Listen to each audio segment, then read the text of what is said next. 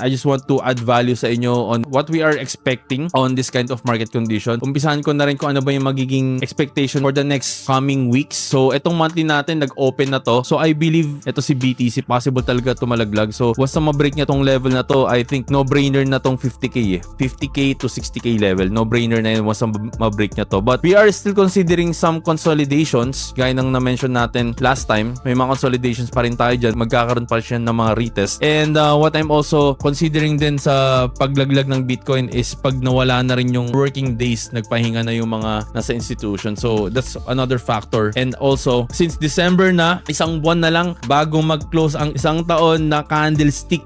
Malapit na mag-close ang 1-year candlestick natin. Maybe kung magkakaroon tayo ng positive impact or maybe because of the news or whatsoever, kahit anong factor man yan, what we're looking at kung magkakaroon ng positive expectation for next year is that kung magkakaroon tayo ng continuation, then we are seeing this level. Pero sobrang layo pa talaga. Ang dami pa kasi talagang pwede mangyari, but that's why I'm still rooting for this analysis na eto, wait lang muna tayo ng consolidation. Once na makita tayo ng consolidation and we are still seeing higher high and higher lows sa price action, wala pa tayo nakikita na BOS or break of structure, then we can expect for the market to propel on the upside.